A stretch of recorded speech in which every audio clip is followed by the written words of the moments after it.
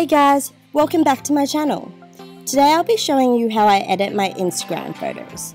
Just a little disclaimer, the lighting in this video isn't perfect, just because it's really hard to film the brightness of the film screen, but just refer to all the photos at the end because that's what the images actually turn out to be. Also, if you haven't followed me yet on Instagram, my handle is @teresa_vuu. Let's get on to it. So the first app that I use is called VSCO. Just select the image that you want and click on the filters. Now the filter that I usually use is S2 and that isn't one of the presets. You'll need to buy it on the VSCO store and it's $1.50 I think, and it's part of the Bright and Clean set of filters. Okay, so once you have your filter, click on S2 and use the slider to adjust the strength of the filter. It's just something you have to do by eye and something you get better with a lot of practice. So I'm just editing a few images in this video to show you how to edit different types of photos. Once that's all done, select the images you want to export and click on the three dots on the lower right hand side and save it to your camera roll in its actual size. Once you've done that, the next app I use is Snapseed. First, open up your image and click on the pencil icon. Then choose selective. So here I'm just going to desaturate all the whites because they have a bit of a yellow tinge to them and I want it to be completely grey. Just tap on a part of the image you want to desatch and with that little circle highlighted in blue, swipe up so that you change from brightness to saturation. Then swipe left until your saturation value is -100. You can also move this circle around to select a coloured part of the image. You can see it in that little zoomed up circle there, and in this case I'm moving it onto a yellowed shadow. Then use a pinch and zoom motion to control the size of the area affected. I can just kind of place a thumb down and then I use the other thumb to change the size of the area. Swiping left would decrease the area size and the swiping right would increase it. I'm also going to repeat this step until the whole background is desatched.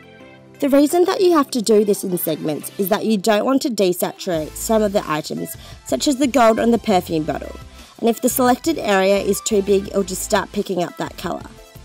You can also use this tool to increase the saturation, just like I'm doing here to the perfume bottle. To start a new circle, you can just press on the plus icon on the little below bar, and if you've reached the maximum of circles you can use, just save all of those and then press on the edit button again and then go back into selective and you can do some more. Next, go back to the edit page and select tune image. Again, swipe up or down to select your setting. This is obviously something you have to do by eye depending on the lighting of your raw image, but generally I like to start by increasing the brightness. So select brightness and then swipe right until you reach your desired brightness. Then I usually scroll up to contrast and I increase that a bit as well.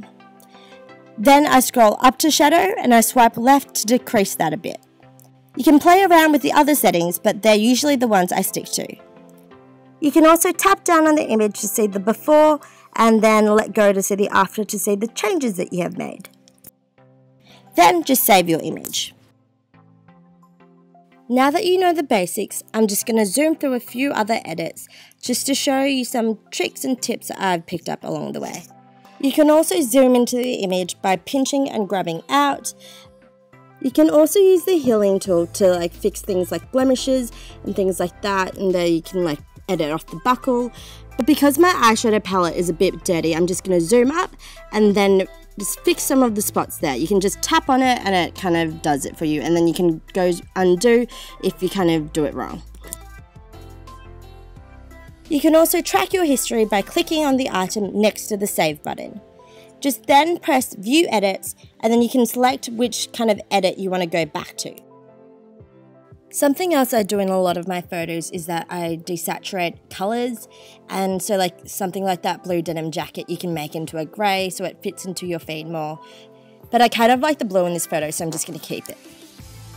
In this edit you can see how I have that little pink case there and I really don't like it, so I'm just going to make it grey.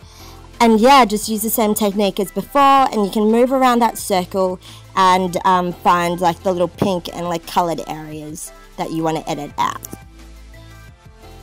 And pinch and zoom to edit any hard to reach areas such as that tiny little space between the chopping board and the clutch. And yeah, just use the same technique as before. I don't know if you can really tell in the video, but this particular photo is really blue. It's because it was really shadowy in the room I took it in, so it casts a blue shadow.